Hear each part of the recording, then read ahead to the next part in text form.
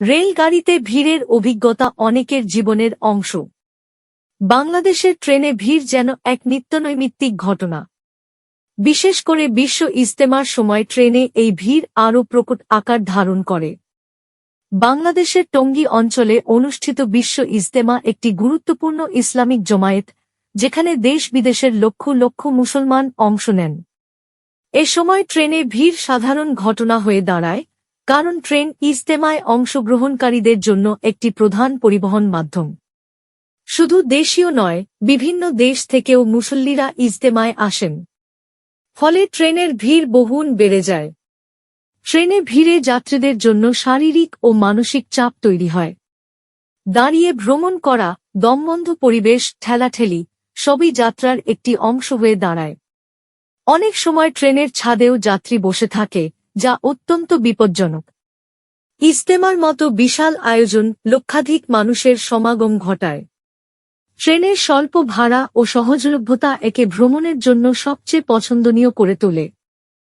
ভারতের মেট্রো ট্রেনের ভিড় একটি অভিজ্ঞতা।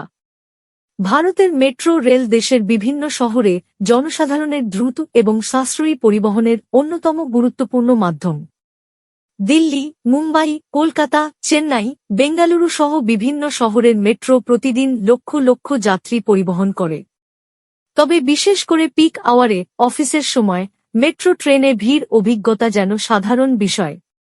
ভারতের বড় শহরগুলিতে মানুষের সংখ্যা প্রচুর, যার ফলে মেট্রোতে যাত্রী সংখ্যা প্রায়শই ধারণ ক্ষমতার বাইরে চলে যায়।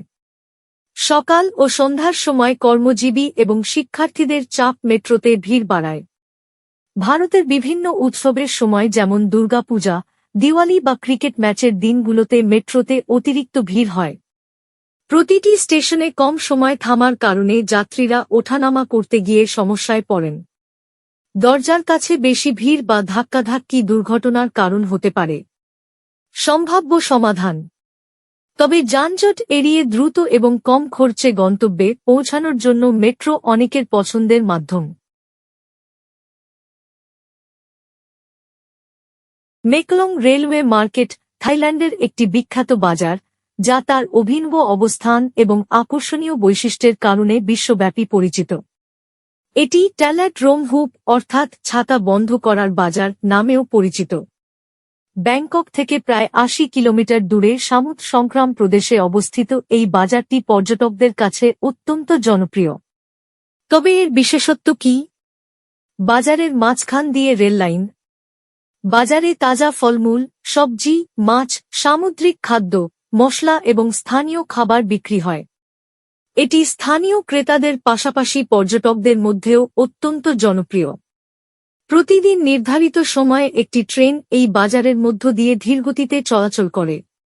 ট্রেন আসার শব্দ শুনলেই বিক্রেতারা দ্রুত তাদের পণ্য সরিয়ে নেয় এবং শেডগুলো গুটিয়ে ফেলে। ট্রেন চলে যাওয়ার সঙ্গে সঙ্গেই বাজার আবার আগের অবস্থায় ফিরে যায়। এই পুরো প্রক্রিয়াটি দেখার অভিজ্ঞতা একেবারেই অভিনব এবং মুগ্ধকর। মেকলং রেলওয়ে মার্কেটের এই রোমাঞ্চকর অভিজ্ঞতার কারণে পর্যটকদের কাছে একটি বিখ্যাত স্থান। ট্রেনের খুব কাছাকাছি দাঁড়িয়ে এটি দেখা এবং ছবি তোলা একটি অন্যরকম অভিজ্ঞতা। বাজারে ট্রেনটি দিনে ৮ বার এই রেলপথ দিয়ে যায়। ট্রেন আসার প্রায় ৩ হতে ৪ মিনিট আগে দোকানিরা প্রস্তুতি নেয়। ট্রেন চলে যাওয়ার সাথে সাথে মাত্র কয়েক সেকেন্ডে বাজার আবার পুরোদমে চালু হয়ে যায়। রেলপথ ভ্রমণ সবসময় উত্তেজনা ও রোমাঞ্চের প্রতীক। তবে কিছু রেলপথ আছে যেগুলো শুধু চমৎকার নয়, বরং বিপজ্জনকও। চলুন জানা যাক বিশ্বের সবচেয়ে বিপজ্জনক এমন রেলপথ সম্পর্কে।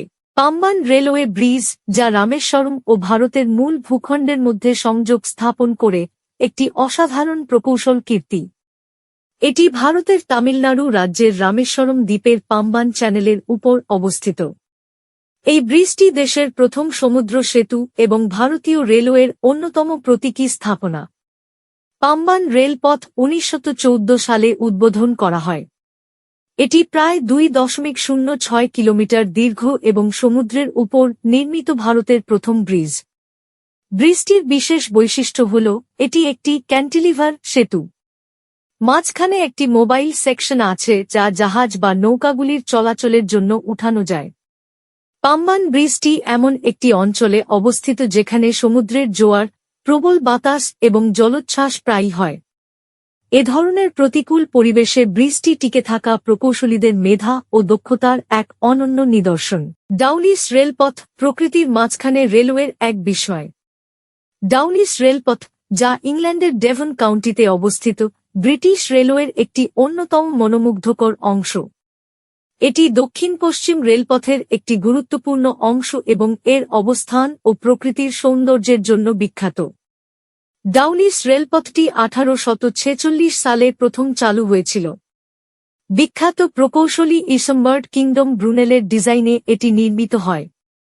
ডাউলিস রেলপথ সমুদ্রের একেবারে ধার দিয়ে চলে, ফলে এটি প্রাকৃতিক বিপর্যয়ের শিকার হয়। বিশেষ করে প্রবল ঢেউ, জলোচ্ছ্বাস এবং ঝড়ো হাওয়া প্রায়ই এই রেলপথের জন্য সমস্যা সৃষ্টি করে। 2014 সালে একটি বড় ঝড়ে রেলপথের একটি অংশ ধ্বংস হয়ে যায় এবং এটি পুনর্নির্মাণে ব্যাপক কাজ করতে হয়। যদি ভিডিওটি ভাল লেগে থাকে তবে অবশ্যই সাবস্ক্রাইব করুন এবং ট্রেনের ঘটনাগুলির মধ্যে কোনটি আপনার ভাল লেগেছে তা কমেন্ট বক্সে আপনার মতামত দিন। ধন্যবাদ।